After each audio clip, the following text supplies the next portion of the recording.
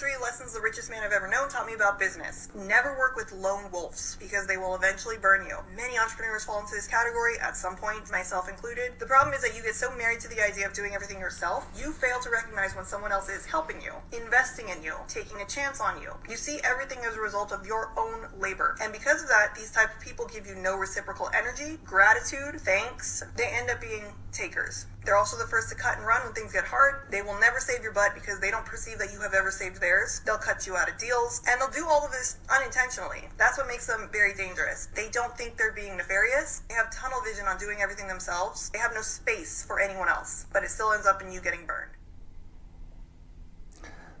Okay, the lesson here, we missed the first 2 lessons, but lesson 3 is don't work with lone wolves. I'm not sure what that means. I think anytime you go into business and you work with other people, you want to make sure you understand who you're working with and what their motivations are. And I think partnerships a lot of times can be problematic. Very hard to get 2 people to go into something and work well together over the long term. Things change for one person or the other person, motivation, financial situation, even marriage or living arrangements, things like that can cause stress on the partnership. It's nothing to do with the business, but causes things to fall apart. So I'm very wary of getting into partnerships. I think the best partnership you can get into is where both people are required for the thing to work, right? It's like a lock that has 2 keyholes. You need both keys to turn to open the lock.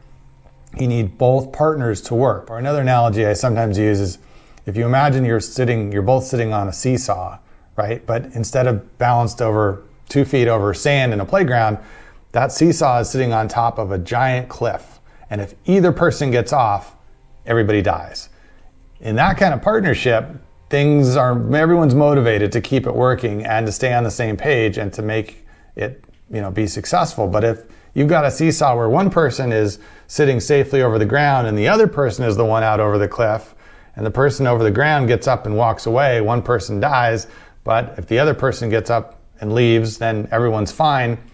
You've got an unequal balance there, and it's very easy for it to quickly tip out of balance and not work out. Just like in any relationship, if one person has all the power, then it's probably not going to work out long time. You need things to be balanced and reciprocal and fair. So I think that's what she was getting to, but the whole lone wolf thing, and people walking away or working by themselves, I kind of lost me on that. But I agree in the general sense that partnerships are tricky, and if you're not 100% sure that your partner is equally balanced with your interests and it's a great fit for the long term, then you're probably better off not being in a partnership and figuring out how to do it on your own.